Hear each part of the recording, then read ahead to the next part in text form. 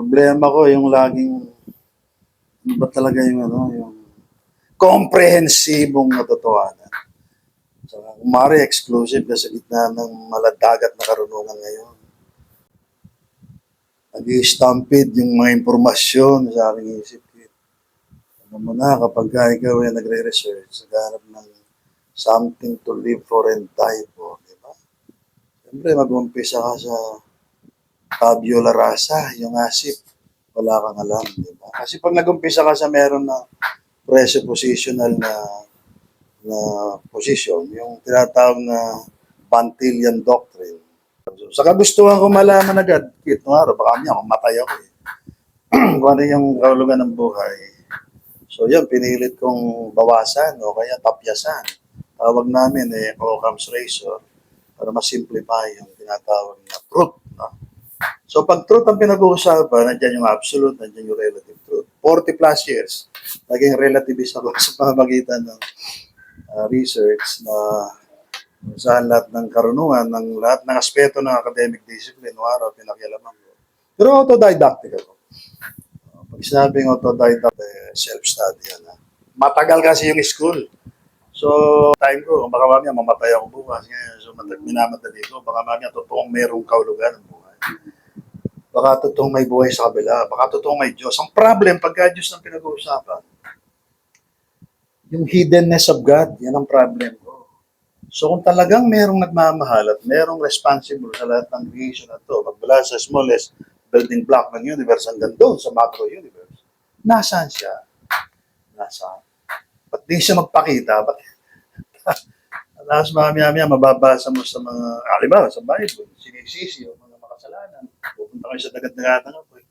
Ano ba sinabi yan? Ba't di siya sinabi yung talagang dapat gawin, di ba? Ba't pinapadaan pa sa mga propeta, sa mga libro na hindi malaman kung ano talaga yung absolute. Hindi mo na pwedeng examinin. Ikaw sa examine, sina Abraham, sina Moses, sina Paul, sina James, sina Matthew. Yung siniwan nilang sulat, ang inspired daw ng Holy Spirit. In-interpret ng mga Protestant, maliban sa Catholic. 45,000 denomination na resulta. So kung talagang naghahanap ka ng truth, wala kang luxury of time para pag-aralan mo lahat. Siguro, pumasok ka na lang sa buffet. At tikman mo na lang, alam mo yung buffet, yung eat all you can. Tikman mo na lang at kunin mo yung paborito mo. Sa akin, ang pinaka-paborito ko talagang starting point, yung Christianity. No? So, baga siguro, bias ako dahil sinila akong Christian, Catholic, etc. Yun muna yung aking starting point. Pagdating sa verification, hindi ako naging verification is naging presuppositionalist ako. Tawag ko kanina, Bantillian. So ito, ano yung resulta ng aking so-called research? Ang resulta, yun nga, napagtanungan ko doon sa end of the road na kung saan papunta ako doon sa destination. Ang napagtanungan ko, dalawang tao hindi yung patay, kundi yung buhay. At pagdating sa buhay, nakita ko talagang credible lang. Kaya pwede yun, si Jesus Christ. Problema kay Jesus Christ, wala na rin dito. Hindi ko siya pwede i-cross-examine. Yung nakikita naman ng mga mystics, sa mga so-called Christian na di umano, napakatalino, binibase nila yung kanilang knowledge of Christ based on rationalization at saka mysticism. Hindi ko naman pwedeng pagkatiwalaan nyo kasi ang alam ko, kung totoo yung Bible, ang mind ng tao, ang brain ng tao, corrupt, kasi nga iwalay sa Diyos. At ang mystical experience nila, pwedeng pasukin ng mga tinatawag na evil forces kasama ni si Satanas doon. So, paano mong iasa ngayon yung result ng research mo na, kumbaga, mauwi ka sa absolute, pagka yung mga foundational, fundamental claim ng mga tao, lalo na yung mga Christian, questionable, di ba, yung Bible, okay, magisterium ng mga Catholic. So, gusto ko makausap yung Diyos, di ba? Gusto ko makausap si Jesus. Ang kaso, na-found out ko na yung Diyos, absent siya 7,000 years. Hindi siya pwedeng makonekta until such time na matapos yung 1,000 reign of Christ. Kung totoo, yung pre-trib at pre-mill, at sa akin, yun ang pinakamalapit na doctrine pagdating sa Christianity. Ito na nga, after na maraming kilay, sunog ako ng kilay pati buhok. So, ang natira na lang itong kokonti rito. Kaya ko sinabi kasi ito na yung dulo ng aking research. So, talagang may Diyos. Pero pag sinabing Diyos, sino yung Diyos? Siyempre, yung alam ng iba, yung Diyos Ama. So, ang unang recording nandito, yung basic redemption history, mga 10 years plus na yun. Pero ito na yung revise. So, pag sinabi kong Diyos, Ang issue rito, hindi na yung hiddenness of God. Kasi alam ko na pwedeng kumonekta sa Diyos through Christ. Pwedeng kumonekta kay Kristo sa pamamagitan ng Holy Spirit na sinugo niya. So, sinasabi ko na lang, pwedeng paniwalaan yung Holy Spirit na sinugo ni Kristo at ng Ama pagka nakausap ko si Sean na mayroong Holy Spirit. Ang Holy Spirit na yung buhay. Yung puwersa, hindi energy, hindi katulad ng namang iniisip ng mga nakikinig.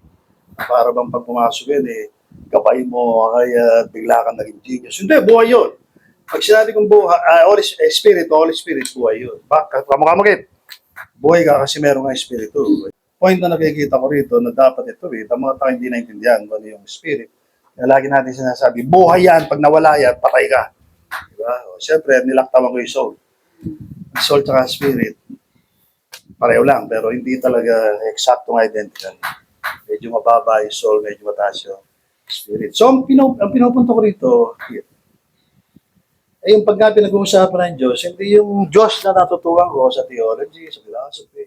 O kaya tinuro ng nanay ko, tatay ko, o kaya ng mga mentor ko dyan sa mga libro ng mga West, saka ng mga European, etc. Ang tinutukoy ko ng Diyos dito, okay, yung gumawa ng mega, macro, mother universe na sinasabi ko. Hindi yung universe na to, kasi yung universe na to na pinagtatalunan ngayon ng mga scholar sa internet, Christian and non-Christian, atheists, at saka mga theist. Sa akin, mababang klaseng yung universe. Kasi ano ba naman? 32, 33 trillion galaxies, di ba? Malaki na, 13.8 billion years na itatravel mo sa speed of light. Pero sa akin, mayangganan yun. So nakikita ko talagang universe na hindi nakikita ko nung araw, yung modern universe ng mga tao doon, sila laki ng universe. Imagine mo yung laki ng universe, tapos tao lang pala yun.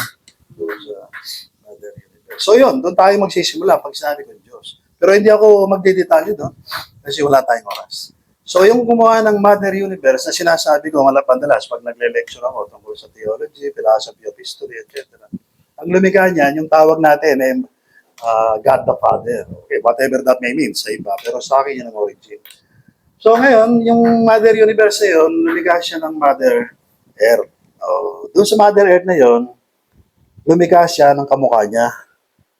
Ang kamukha niyang tinutukoy ko, silaki ng universe na to, na lumikha sa universe natin.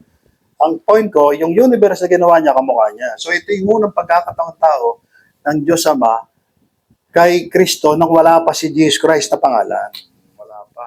Ang tawag natin doon sa dispensation natin ay red, blue God. Okay? So yung yellow God ang lumikha sa Mother Universe. Pagkatapos, ang layunin niya kasi bigyan ng buhay yung Mother Universe kasi wala siyang kasama, wala siyang pamilya, wala siyang asawa, wala siyang mga anak. So ang layunin ng Diyos, lumikha ng kamukha ng pangarap ng mga tao pagka 13 years old na sila. Lalo na pagka-adult na sila, 18, 20, 21, di ba nag-aasawa?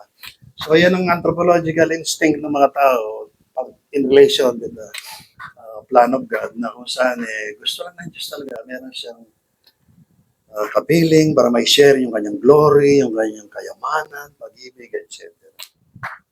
Para mangyari yun na nga, nagkatawan tao siya, lumikha siya ng universe o tao na sinlaki niya sa Mother Earth. At doon sa Mother Earth, na kung saan nilikha niya, yung universe niya na may daigdig, nagkatawan tao ulit. Katawan tao yung Diyos Ama, yung yellow. At yun nagkatawan tao doon sa Mother Earth at nilikha niya ang universe na may Earth, no? Yung tinatawag nating baby Earth. At doon sa baby Earth, lumikha siya ng kasinlaki natin. Ilang beses na? Pangatlo na. So ang Diyos nagkatawan tao, sinlaki ng universe. At nagkatawan tao ulit doon sa baby Earth at sinlaki natin ang ginawa niya. O, naalala nyo na ngayon, yung Bible yun, nung likayin ng Diyos o Yahweh, ang tao nakakawangis niya. Sinlaki niya. O, hindi ko na-explain yun. Theology na yun, at halimbawa, kikita mo, kasama ni Adan, so si Yahweh, naglalakad in the fullness of the day. So, 3 beses na yun. Diyos Ama, nagkatawan tao, red God, tapos blue God. Get siya?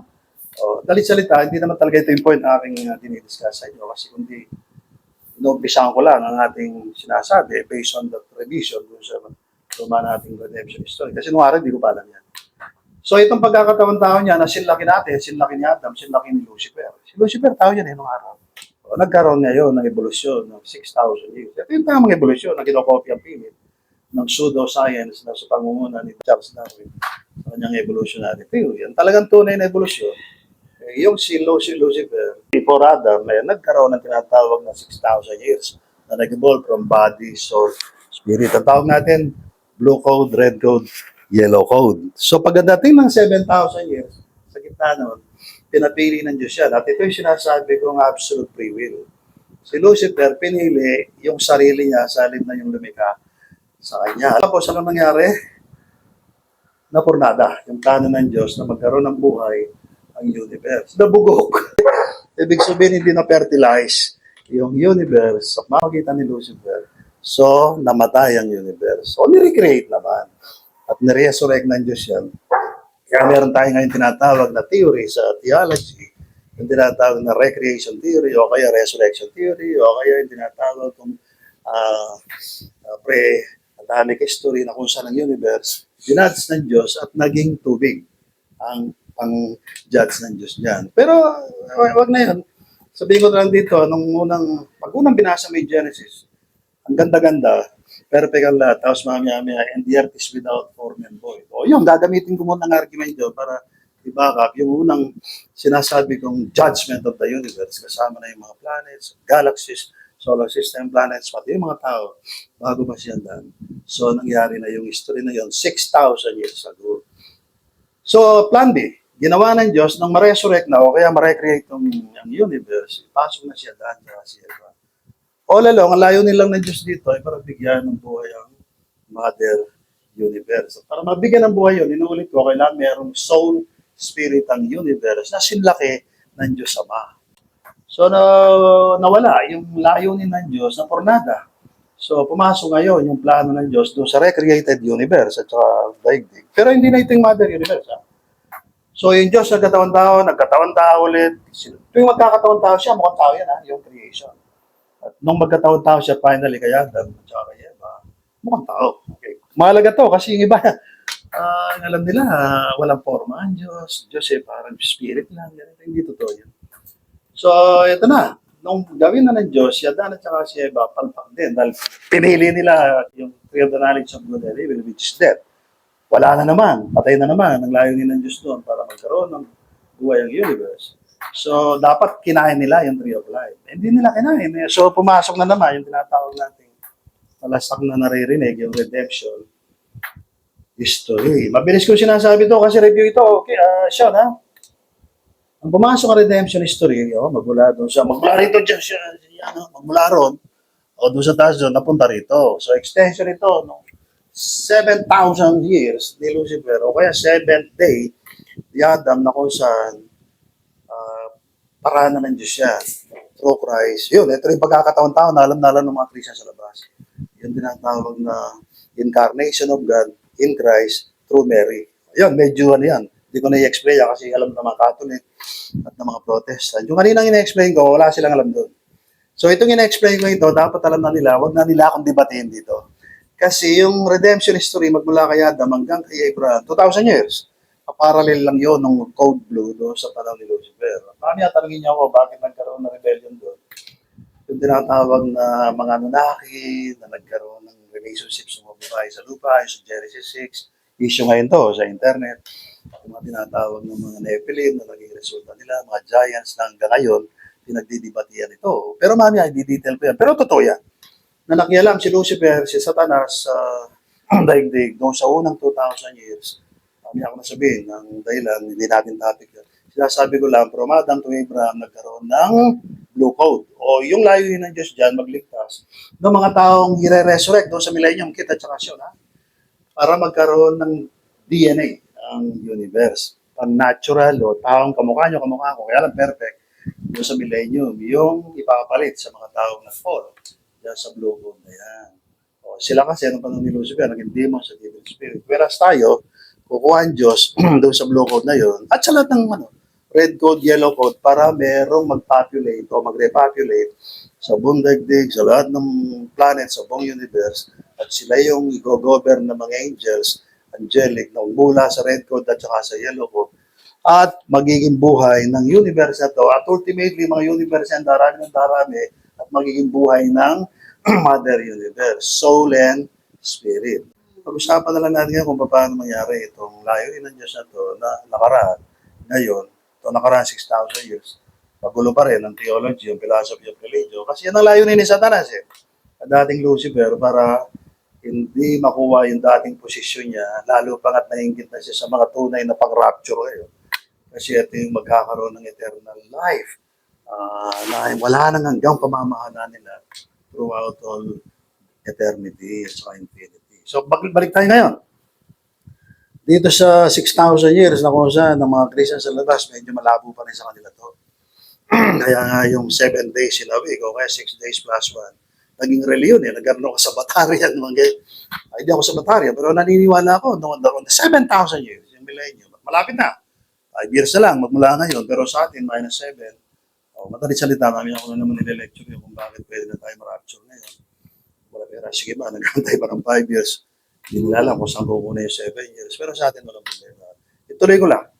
Yung 6,000 years na yan, ang layunin ng Diyos dyan eh para yung hindi nakubit o nakuha ni Lucifer nung panahon ng dispensation niya, mangyari na ngayon. At yung 6,000 years na yan, pero mangyari na, yung layunin ng Diyos kaya dan, na 6 days sa kanya, the 7th day, dapat sa kanya na yung millennium, eh mangyayari na. Madali salita sinasabi ko, layunin lang ko, kung bakit may millennium. Oy, Lucifer, kung di ka nasa, hindi ka saan nag-myway, hindi ka nagkasala, 1,000 years lang, sa'yo na yung eternity. O kaya, may 7,000 years, sa equivalent ng 1,000 years, plus yung 8 day, nakasumas ng 8,000 years, ay ano lang, 21,000 years lang, sa'yo na yung macro, mega, mother universe. Ano naman 21,000 years, no? Trillions and trillions, 1 trillion of years. Kaya alam, pumalpak si Lucifer, napulilyaso rin siya dad. So ito na, kaya may millennium kasi papakita na ng Diyos sa kanila, whereas si Lucifer, Satan, saka yung mga kasama niya, nakakulong na doon sa abyss. So ito, napurnada niyo. So ganun din yung mga tao ngayong gate. Pagka ginaya nila si Lucifer, nagmamahighway, ginaya nila si Adan, pinipilit mag-operate doon sa tree of death, yung good and evil, na siyang ginagawa lahat ng mga tao ngayon, lalo na ng mga Christians. Wala rin, hindi rin nila makukamit o makakamit. Yung tinatawag na benefit ng 1,000 years, lalo na yung heaven and new earth. So, siguro sa iba nakikinig, medyo abstract pa rin ito, pero inuulit ko, napakasimple lang ito. Pag may Holy Spirit ka, maintindihan mo kung ano yung ibig sabihin. Lalo na't maintindihan mo kung ano yung ibig sabihin ng Bible. Pero pag Bible lang din, wala yung Holy Spirit sa'yo, mahirapan ka. Imposible mong malaman. Wala talaga yung intent ng Diyos. Ba't nagbigay ng napakakapal na libro? Noong araw pipilit kong paiksin kasi kinakaya ko yung Bible noong araw Ito, matagal na rin itong librong itong Bible nito Pero nabasa ko yung ilatin ng maraming klaseng Bible. At yung habang dumarami yung knowledge ko sa Bible, iba-ibang interpretation. Kanina nga iniisip ko, bakit kaya hanggang ngayon, hindi maintindihan ng mga Christian, pag sinampal ka rito, sabi ni Jesus, bibigay mo yung kanan. Whereas pagka pinag-aralan mo ng malalim yun, at itsupera mo yung King James, etc. Hindi pala ibig sabihin na malamyakan Jesus o kaya Megan Mild. Hindi matindi ang paninindigan mo sa katotohanan. Yun lang ibig sabihin. Actually, nung sinampal siya doon sa pagliliti sa kanya, hindi naman niya binigay. At pag iniisip mo kung paano yung pagsisipahin, yung mga mesa doon sa templo nung malapit na siyang crucify, hindi yun ang meek and mild Jesus. Pwede siya katulad na, alam ko ba, puspos ka ng Holy Spirit, Jesus, ba't ang pangis mo? Ang ibig ko lang sabihin, yung Bible na binabasa natin ngayon, pwede lang magbasa niyan at saka makaintindi. Yung kamukha ni Kristo na may Holy Spirit ng Diyos. Pag wala yun, hindi mo na maintindihan yung Bible, hindi mo pa maintindihan ang history, lalo hindi mo maintindihan yung kasalukuyang panahon, darating na lang si Jesus, magkakaroon na lang ng judgment, kampante ka pa rin. So ano yung problem? Wala silang buhay ng Diyos. Kamukha ko nung araw, wala silang buhay ni Kristo.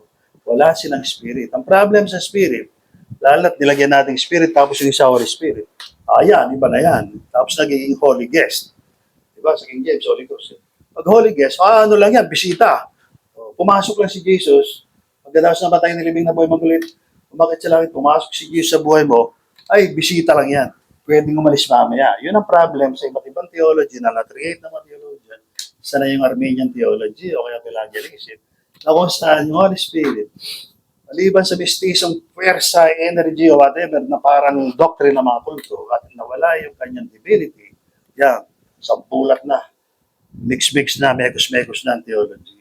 Pero pag maliwanag sa iyo, na yung nanasa iyo pagkatapos yung malakit at matugong kamatayan ni Kristo, libing, nawala na sigit, Mabuhay ka magulit, tumakit sa langit. Wala ka na rito at nasa iyo ng eternity. Kaya ka lang nandito. Quantum mechanics, okay? Quantum faith. Para lang sabihin sa mga tao, yung kung ano yung katotohanan na nangyari sa iyo. Nung naniwala ka sa gospel, yung dating nature na dating sinitalik, na nawala mo yung paraiso at saka yung langit, yung earth at saka yung heaven and earth, sa maraming strata, nagbalik sa iyo sa pamamagitan ng resurrection, ascension ni Cristo. Mahabang usapin yun. Pero sapat na sabihin ngayon na yung doctrine of theosis ng mga secular at saka religious people, at saka yung doctrine of divinity na kung saan inadlangan, dumisa ng Trinitarianism at saka ng Unitarianism, binalik ng Diyos dito sa maliit na kawan na to para maintindihan natin na walang pwedeng marapture, hindi ma-resurrect ng walang buhay ni Kristo at saka ng Diyos Ama. Kapag ka wala yung Holy Spirit, maririnig mo yung sinabi ni Kristo doon sa Great White Throne Judgment. Despite na yung ikaw ay nangaral at binigay yung buhay mo for all your life sa Panginoon, sa Diyos, namundok ka, pinatay ka for Christ, and yet sasabihin ni Jesus, di kita kilala. Gumagawa ng katampalasanan. At doon sa Matthew 25, na kung saan yung 5 virgin na hindi sumalubong doon sa lalaki kakasal, maririnig din ng lahat ng Christian na hindi masasama sa rapture, na kulang yung kanilang langis. So meron silang spirit, marahil nagbalik sa neutrality. Death, burial, resurrection, neutral, pero wala silang Holy Spirit ni Jesus. O kaya may Holy Spirit ni Jesus, neutral pa rin. Wala yung extra langis na pang transformation at ang dahilan kaya wala sila noon kasi patuloy nilang ini-ignore itong message sa atin, itong huling araw, ang tawag natin Gospel of God. O kaya Baptism of Fire. O kaya tinatawag natin Second Physical Gospel na binigay pagkatapos ng 1992 na antayan sa buong daigdig. Yung antayan na yon, Peace of Trumpet. Ito ngayon ang pameki ni Satanas o pinapaintulot ng Diyos sa pamamagitan ng September 23. 24, na kumisa si Joshua na pagbibintangan na siya yung author nito. Hindi. So, ang ibig lang sabihin doon, nire-rehearse. Binabalik tanaw ng Panginoon sa pamamagitan ng 1992 at saka noong 2025, September 23. Sa atin, September 28, 33 years ago. Sinasabi ni Lord, inumpisaan ko kayo 1992, tatapusin ko kayo 2025. Umpisaan ko kayo sa unang set ng tinatawag nating Gospel of God na may Gospel of Christ, tatapusin ko kayo from 2022 to 2025 at kayo lilipad 2025. Baka ako nag-set ng date, di ba? Pero sinasabi ko to kasi sa ngayon, pag tinignan mo yung kasaysayan, at dito dapat matuwa yung mga pre-tribers at saka mga pre-millennialists kasi yun ang posisyon na ginagamit ko pagdating sa rapture. Well, eto na talaga yung last chance ng mga nag-aantay na yan. Ako, 1980s pa. 1974 pa, actually. Na ito na yung samantalay nila para makapag-prepare sila sa rapture. Pero kinalulungkot ko sabihin, hindi na nga nila alam yung past history. Hindi pa nila alam kung itong present history at hindi sila nag-aanda sa darating na history na gagawin ng Panginoon bago yung millennium. Pa 7,000 years na tayo. Tapos na tayo, halos doon 6,000 years. Nakapreach lang tayo doon sa 7 years kasi nga hindi natin yan. Pero hindi ito yung panahon para i-detalye ko yun. Sinasabi ko lang, may plano ang Diyos eh. From eternity past to eternity future, ang gusto lang niyang magkaroon anak na may lahi niya. Kaso nilikha ang creation, halimbawa si Lucifer, para pamahalaan ng eternity. Walang divinity. Dahil nga, magkakaroon pa lang siya on the 7,000 years. At siya dan, hindi rin pwedeng mamahala throughout all eternity kasi hindi naman siya coterminous doon sa eternality ng Diyos. May expiration date siya dan, kaya pinapakain ng tree of life, hindi ng tree of death. So tayo rin ngayon. Ang mga tao ngayon, pagkakamalan nila, Christian na sila. Meron na silang Holy Spirit. Kumbaga, nandun na. Kung di man sila neutral o kaya yung tinatawag na innocent, nandun pa sila sa tree of life kasi tinanggap na raw si Jesus, nagsisi na, whereas kabayaran ng kasalanan, kamatayan, talpak yun. At sila raw may Holy Spirit na kasi bininyagan na, ritualism yun. Palpak din yun, hindi rin pwede. So, ang sinasabi na dito, ang tayong kaparaan lang para magkaroon ka ng genes o kaya spirit, buhay ng Diyos, soul ni Cristo, buhay ng Diyos. Pag millennium na, pang eternity pa, kailangan talaga dadaan ka sa tunay na gospel o yan tinatawag natin tamang aral. Sinasabi ko ba na walang tamang aral? Magmula nung araw ng Pentecost. Meron. Lalo na yung 120 na nagantay doon sa upper room ng Pentecost. Whereas 500 yung nakakita. So, ascension. Bakit 120 lang, di ba? Yung mga pinanahanan ng Holy Spirit noong araw ng Pentecost. Asan yung may gitna 300? Tama ba ako? Para ngayon, lesson sa atin yun. Asan yung mga may Holy Spirit? Akala ko ba naniniwala yung mga Christian sa death, burial, resurrection? Diba, ascension? Nakita 500 nung panahon ni Jesus Christ. Pero yung binaba ng Holy Spirit, 120. Sa ngayon, parang nare-repeat ang history. Asan yung mga taong yan na may Holy Spirit? Diba? Alam nila yung death, burial, resurrection, ascension, Pentecost, pero hindi nalakip. Tinignan nila ng malayo para tayo nasa kusina, hindi tumikim. So, yun ang nangyari sa buong daigdig. Kaya nga sabi sa Bible, sa Jude 4, pinalitan ng kalayan o kaya ng bagay na hindi ko man pwedeng sabihin na pornographic ang dating, yung biyaya ng Diyos. Ano yung biyaya ng Diyos? Yung kaligtasan, yung gospel. Ang ipinalit nila, reliyon, na hindi nagbubunga ng tunay na anak ng Diyos. Parang magkasintahan, mag-asawa, na na-enjoy yung kanilang romance, etc. And yet walang anak. Eh, ang gusto ng Diyos, hindi yung romance lang, kundi yung anak. O, saan yung tunay na mga anak ng Diyos? Siyempre, lahat sila tataas ang kamay kasi nabinyagan na. Yun ang pabigay ni Satanas. Kasi nag-repent na sila tumanggap kay Jesus. Repent! Kid, kailan ka nag-repent na lahat ng kasalanan mo, naalala mo nung nag-repent ka? Pag hindi mo nagawa yun at may natirang isa, ba, masamang isip, hindi ka nag-repent. Kasi isa lang sa masamang iniisip mo, talsik lahat yung mabuting ginawa mo. Tama, at saka yung mga nirepent mo, wala rin yun. So, hindi pwede yung repentance. O kaya lahat ng kasalanan mo, iwaksi mo. Hindi pwede yun, which is sikat na sikat ngayon sa internet. So, ang sinasabi ko rito, lahat ng mga Protestant, mali yan. O lalo na yung mga Catholic. Saan sila nagkamali? Sa pagkakaroon ng, o pagkakala na sila yung mga anak ng Diyos, whereas hindi pala dumaan sila sa tamang daan. Kaya ang labas nila, kapiraso lang ang pagitan. Hindi sila naging tao, sila yung naging blank. Yan, okay? At nilalarawan yan ng karumal-dumal na gawain ng mga tao ngayon, kaimoralan nila na makikita mo sa internet ang tabang pornographic sites na karumal-dumal at mahalay sa mga taong disente at sa tingin ng mga Kristiyano sa buong daigdig o kaya lahat na nag-claim ng moral.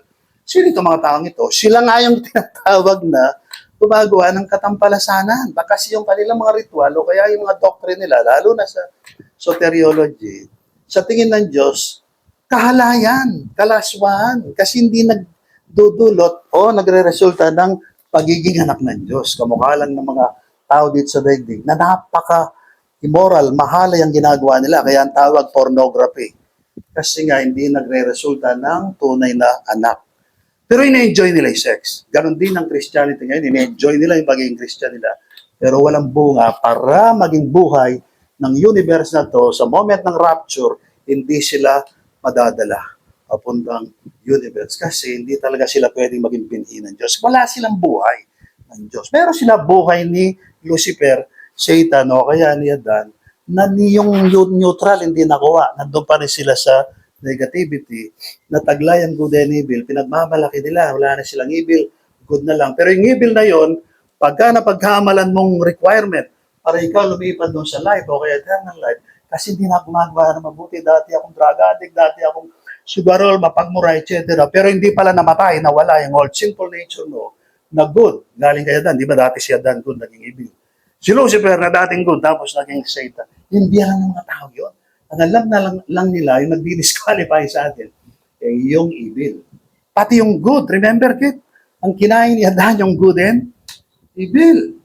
Kaya tuloy yung good God, naging evil. Ang Diyos nagkatawan tao many times. Kanina sinabi ko na, para lamang ako'y yung ating kasalanan. He who knew no sin became sin for us, so that yung righteousness niya maging atin. Yun ang nawala ang doctrine sa buong daigdig. Alam nila yung Corinthians 5, etc. ganyan. Kaya lang hindi naintindihan na kailangan palang i-apply yung dugo. Sa mga magmula sa mga Israelita, hindi lang pinatay mo yung tupa doon, tapos yung dugo, hindi mo sa langgana.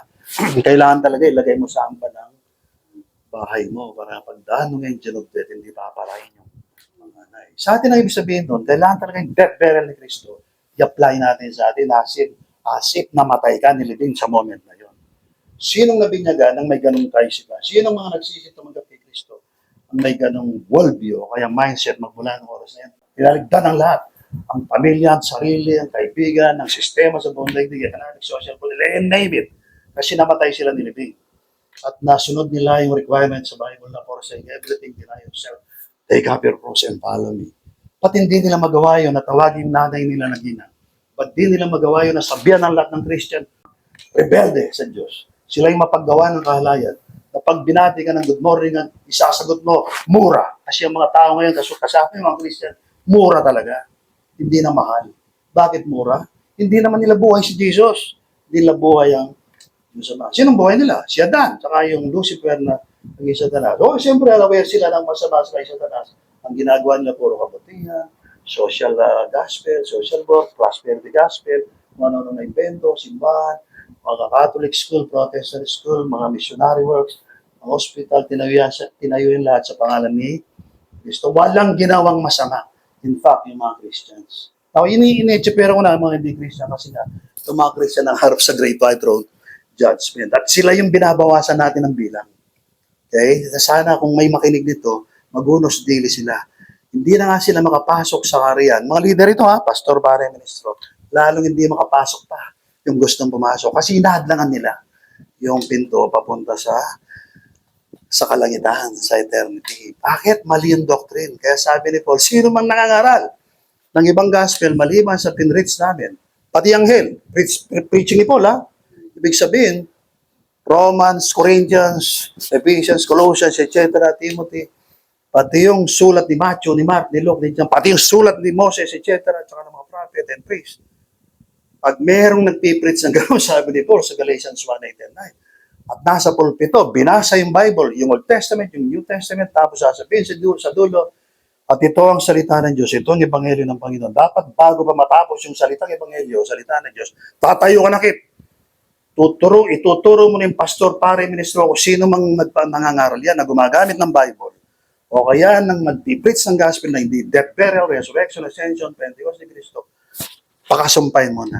Sabihin mo na yung totoo na sila hindi mahal kundi mura. Doon mo na sasabihin sa kanya lahat ng mura. Gets mo? O hindi tayo magmumura kasi baka kala nila naninira lang tayo at wala tayo sa sariling bayad. Pero alam na nila dapat yun.